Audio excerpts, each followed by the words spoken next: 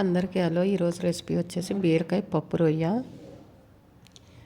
ముందుగా స్టవ్ వెలిగించి ఒక గిన్నె పెట్టుకొని అందులో కొద్దిగా వాటర్ పోసుకొని వేడి చేసుకోవాలి. వాటర్ వేడైన తర్వాత డ్రై పప్పు రొయ్య ఇవి వేసి స్టవ్ ఆఫ్ చేసుకొని ఒకసారి కలిపి స్టవ్ ఆఫ్ చేసుకుని ఒక అరగంట మూత పెట్టి నానబెట్టుకోవాలి. ఇలా నానబెట్టుకుంటే రొయ్య క్లీన్ చేసుకుంటానికి ఈజీగా ఉంటుంది.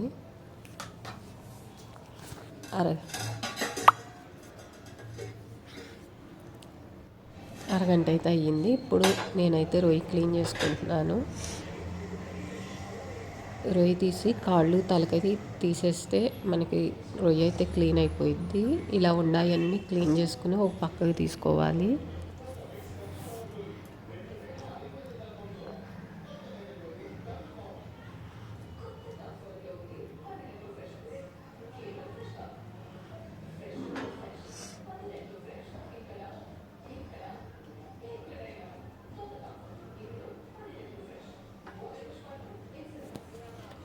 ఈ విధంగా రొయ్యలన్నీ క్లీన్ చేసుకోవాలి.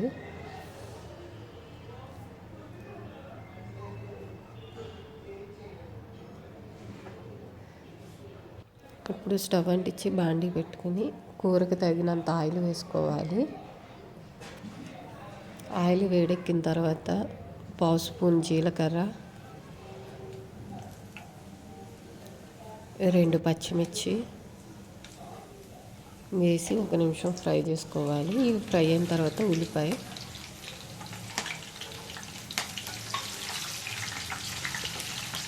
ఒకసారి కలుపుకొని ఇప్పుడు ఇందులో పావు స్పూన్ అల్లం వెల్లుల్లి పేస్ట్ వేసి పచ్చివాసన పోయేదాకా బాగా ఫ్రై చేసుకోవాలి. అలాగే ఉల్లిపాయ కూడా ఫ్రై అయిపోవాలి.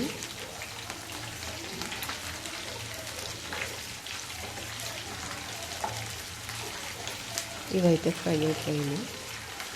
ఇప్పుడు సన్నగా తరిగి పెట్టుకున్న బీరకాయ వేసి ఒకసారి కలుపుకోవాలి.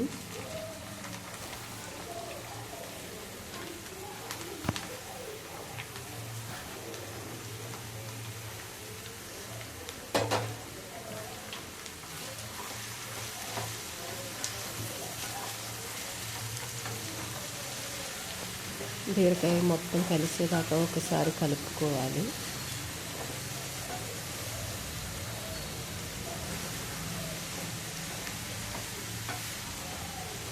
ఇవైతే కలిసిపోయింది. ఇప్పుడు మనం ఒలిసి పెట్టుకున్న రొయ్యలు అయితే వేసి ఒకసారి కలుపుకోవాలి.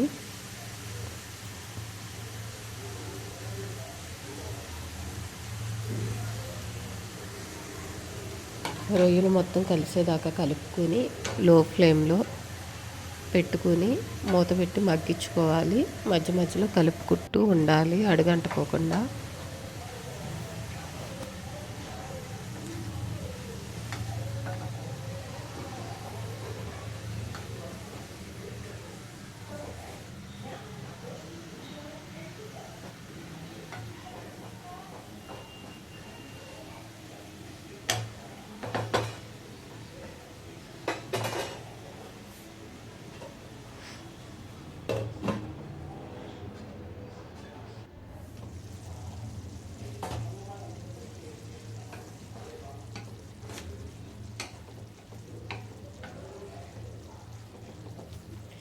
బీరకాయల వాటర్కి రొయ్యలు అయితే ఉడికిపోతాయి.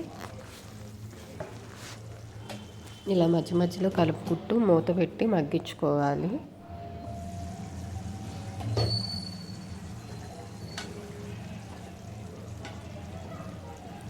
ఇప్పుడు టేస్ట్కి సరిపోయినంత సాల్ట్ వేసి కలుపుకుని మూత పెట్టి మగ్గించుకుందాం.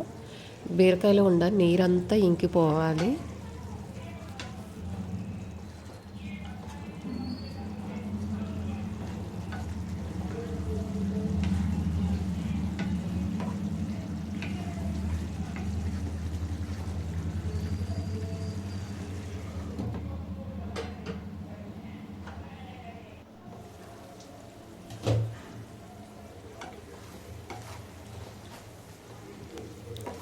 బీరకాయ అయితే మగ్గిపోయింది. ఇప్పుడు పావు స్పూను సాల్టు,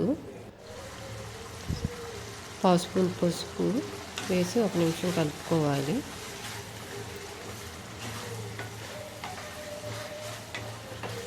అలాగే కారం సరిపోయినంత వేసుకుని ఒకసారి కలుపుకొని మూత పెట్టి మగ్గించుకోవాలి.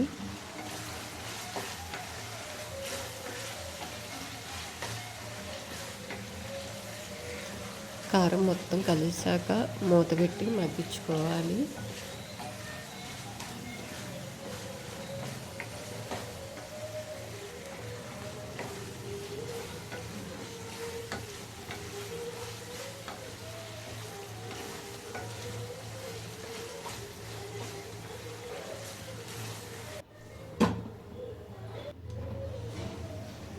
కూర అయితే రెడీ అయిపోయింది. కూర అయితే రెడీ అయిపోతే ఇలా ఆయిల్ కొద్దిగా పైకి తేలిద్ది.